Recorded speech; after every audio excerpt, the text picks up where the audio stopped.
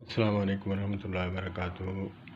ہم اہل حدیث استوا علی العرش پر عقیدہ رکھتے ہیں، تو ہم کہتے ہیں اللہ عرش پر موجود ہے، اللہ عرش پر ہے۔ تو اس سے کیا جسم ثابت نہیں ہوتا؟ کیا اللہ کا جسم ہے؟ اگر ہم اس میں تعویل کرتے ہیں تو پھر علماء دیوبند کی عوام پر الزام کیوں؟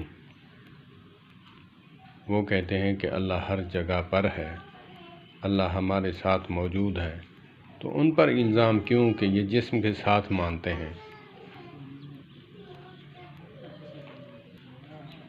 جیسے ہم تعویل کرتے ہیں کہ اللہ پاک عرش پر موجود ہیں، عرش پر ہیں، جسم سے پاک موجود ہیں، جیسے ان کو لائق ہے، جیسے ان کی شایان شان لائق ہے وہ ہیں، تو یہاں پھر ایسا کیوں نہیں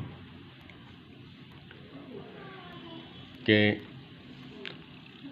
جیسے ایک شخص حافظ قرآن ہے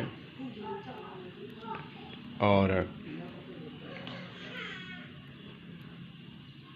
وہ اس سے پوچھا جائے کہ تم حافظ قرآن ہو، وہ کہتے ہیں ہاں الحمدللہ میرے سینے میں محفوظ ہے قرآن پاک، تو پھر اس کو کہیں کہ تم جو ہے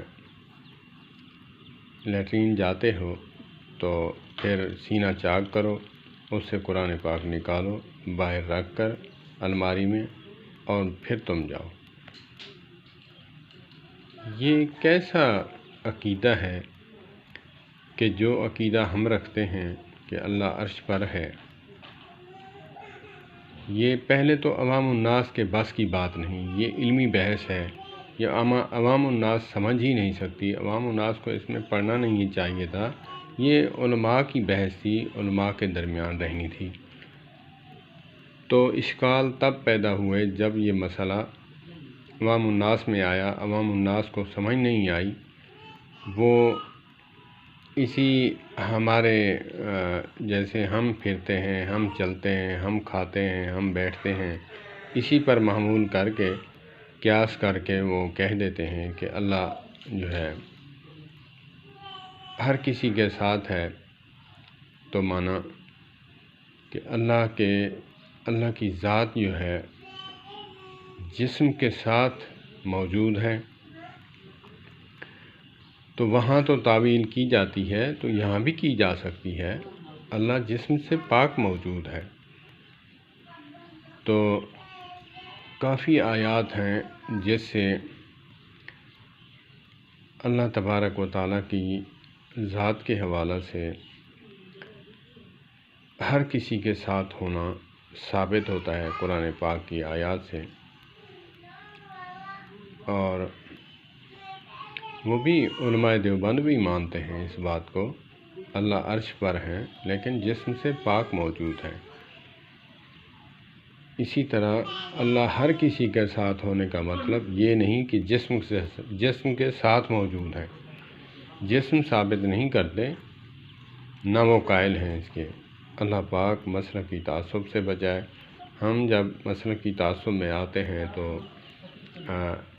کسی پر الزام لگا کر اس کو جو ہے دین اسلام سے خارج کرنے کی کوشش کرتے ہیں۔ میں اہل حدیث ہوں الحمدللہ، لیکن بات ہے سمجھنے کی، اگر اللہ پاک سمجھ عطا فرما دیں تو پھر سارے مسئلے حل ہوتے ہیں۔ اللہ پاک سب کو سمجھ عطا فرمائے۔ میری مؤدبانہ گزارش ہے کہ ایسے مسائل جو عوام الناس سے عقل سے بھی عاری ہیں، عقل سے بھی ماوراء مسائل ہیں، وہ عوام الناس میں نہیں پھیلنے چاہیے تھے۔ جو سمجھ نہیں سکتے، سمجھنے سے قاصر ہیں، وہ پھر غلط تعویلیں کرتے ہیں، غلط الزامات لگاتے ہیں۔ اللہ پاک ہمیں سمجھ عطا فرمائے اور اللہ پاک سب کو دین کی سمجھ عطا فرمائے۔ مسلکی تعصب کو چھوڑ کر نیوٹرل ایک مسلمان بن کر کسی کی اگر بات سنی جائے، بیان سنا جائے، کتاب پڑھی جائے تو سارے مسئلے حل ہوتے ہیں۔